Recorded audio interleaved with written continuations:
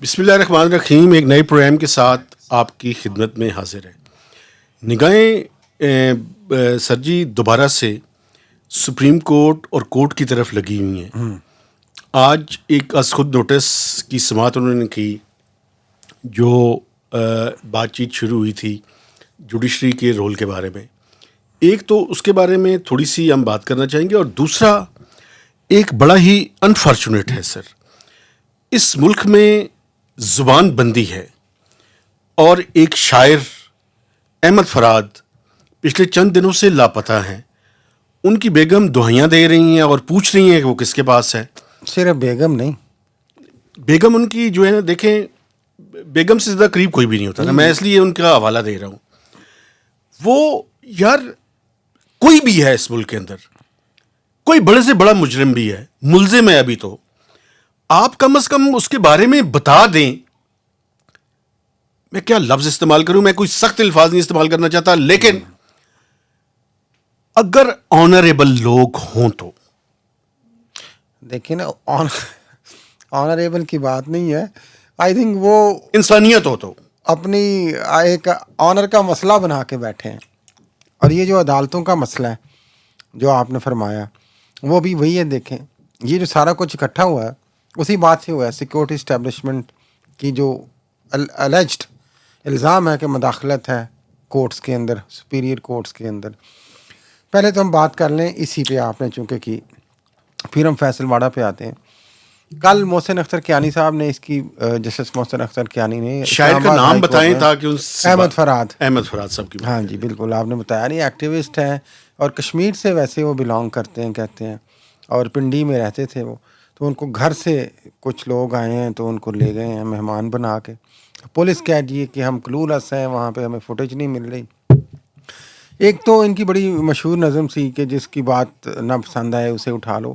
اب یہ بہت زیادہ یہ سوشل میڈیا پہ پاپولر ہو رہی ہے, لیکن شاید یہ کچھ عرصہ پرانی نظم ہے, کافی عرصہ پہلے. ہاں, اور کم از کم میں آپ کو بتاؤں, یہ میں نے کوئی 2 سال یا 2.5 سال پہلے سنی تھی. یہی میں, دس از مائی پوائنٹ. اس کو تھوڑا سا سینسٹیو پوائنٹ ہے, اس لیے میں تھوڑا سا ایکسپلین کرنے کی کوشش کروں گا. یہ جو نظم اٹھا لو احمد فراد کی, شاعر کی, جس کو اب بہت زیادہ اب سوشل میڈیا پہ پاپولرائز کیا جا رہا ہے, اور شاید ایک ریزن کنسیڈر کیا جا رہا ہے اس چیز کی, وہ نہیں ہے. دیکھیں یہ برداشت تو ہم بھی کہتے ہیں, پھر سیکیورٹی اداروں میں اتنی تھی اس وقت کہ انہوں 2-2.5 سال یہ نظم چلتی رہی ہے, برداشت کرتے رہے. ایک شاعر تھا, اس نے اپنے ایک باغیانہ کہہ لیں ریزسٹنگ مزاحمتی خیالات کا اظہار کیا. اور ادب اور شاعری میں آپ کو پتہ ہے سب کچھ سننا چاہیے انلیس کے ڈکٹیٹرز کی برداشت ختم ہو جائے. نہیں, مجھے لیکن ایک یہاں بات پہ تو بتائیں, ڈکٹیٹرز نہیں ہیں. یہ انہوں نے جو مجھ سے سن لیا آخری, جو ایک اور تاثر ہے, انہوں نے کشمیر میں جو آزاد کشمیر میں وہی ہے پروٹیسٹس ہوئے تھے, وہاں پہ انہوں نے جو سوشل میڈیا پہ ایکٹیویزم کیا تھا, الج کرتے ہیں کچھ لوگ کہ اس میں جو انہوں نے کچھ انفارمیشن یا ڈس انفارمیشن یا مس انفارمیشن پھیلائی, وہ بڑی سینسٹیو تھی, اور یہ اس کی وجہ سے ہوا ہے. لیکن آپ کا پوائنٹ صحیح ہے کہ قانون کے مطابق آپ کریں نا. یار میری بات سنیں, پہلے تو گیلانی صاحب, میرے چونکہ دل کے قریب ہے یہ معاملہ, یہ معذرت. دیکھیں پہلی بات تو یہ ہے کہ اگر کوئی شخص جو کشمیر میں جو کچھ ہو رہا تھا اس کے بارے میں بات کر رہا تھا تو یہ کوئی جرم نہیں ہے. یہ کون سا جرم ہے؟ صحیح ہے. اگر فرض کر لیں اس کا کوئی جرم ہے بھی, تو یار مجھے یہ بتائیں کون سا اس ملک کا آئین, قانون اور اس کی شک ہے کہ جس کے تحت آپ آتے ہیں, آپ گنڈوں کی طرح اٹھاتے ہیں اور غائب کر دیتے ہیں.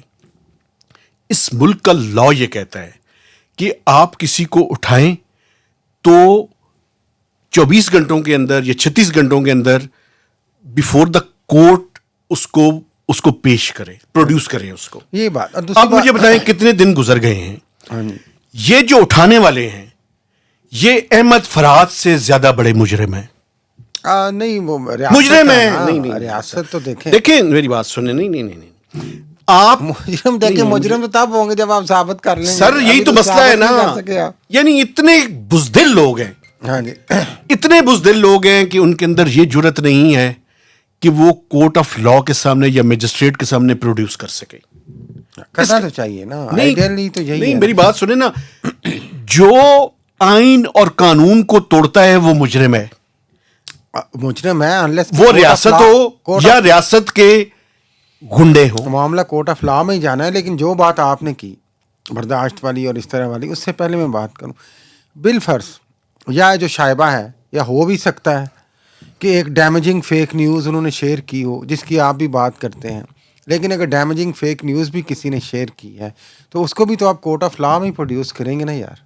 بالکل, میں یہی تو کہہ رہا ہوں نا. تو یہ اب کورٹ آف لا پہلی تو یہ سارا فیک قسم کا معاملہ ہے.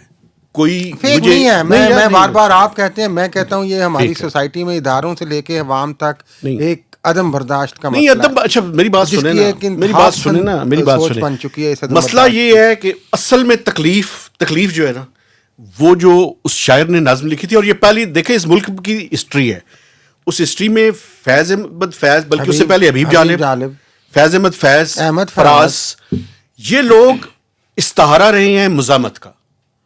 اور اس استہارے کی اب آخری جو کڑی ہے وہ احمد فرحاد ہے. آخری تو نہیں ہے, اللہ کرے